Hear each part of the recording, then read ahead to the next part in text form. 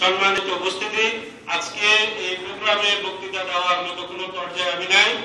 একটি কথা আমি শুধু আজকে বলতে চাই, আজকে আমাদের যে মিডিয়া, হলুদ মিডিয়া, ইউলো জার্নালিজম আমাদেরকে যে জিনিসটার মুখোমুখি করিয়েছে, স্বাধীনতা বনাম ইসলাম।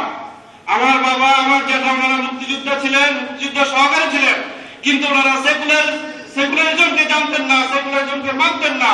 সেকুলারিজম মানা কোন মুসলমানের পক্ষে সম্ভব না। কোন মুসলমানের সন্তান একসাথে সেকুলারিজম মানতে পারেন না। আর সেই জিনিসটাই আমাদের কাছে পরিষ্কার করেছেন বর্তমান তথ্যমন্ত্রী।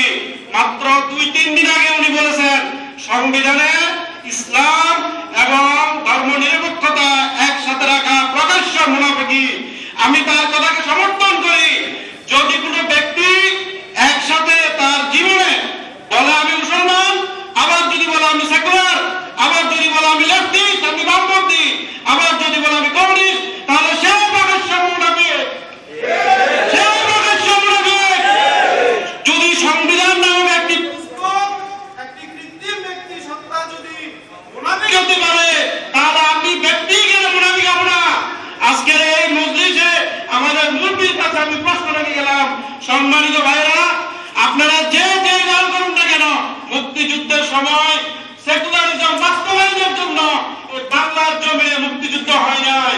আমি দেখি নাই, আমার বাচ্চাটাকে প্রশ্ন করছিলাম, তারা সেকুলারিজম বুঝে না। সেকুলারিজম নিয়ে এই দেশকে এখন ধর্মহীন করার জন্য ষড়যন্ত্র চলছে। যে যেখানে আছেন এই ষড়যন্ত্রের বিরুদ্ধে রুখে দাঁড়ান, তাহলে আপনি ইমানকে করতে পারবেন না। ধন্যবাদ সবাইকে। আসসালামু আলাইকুম।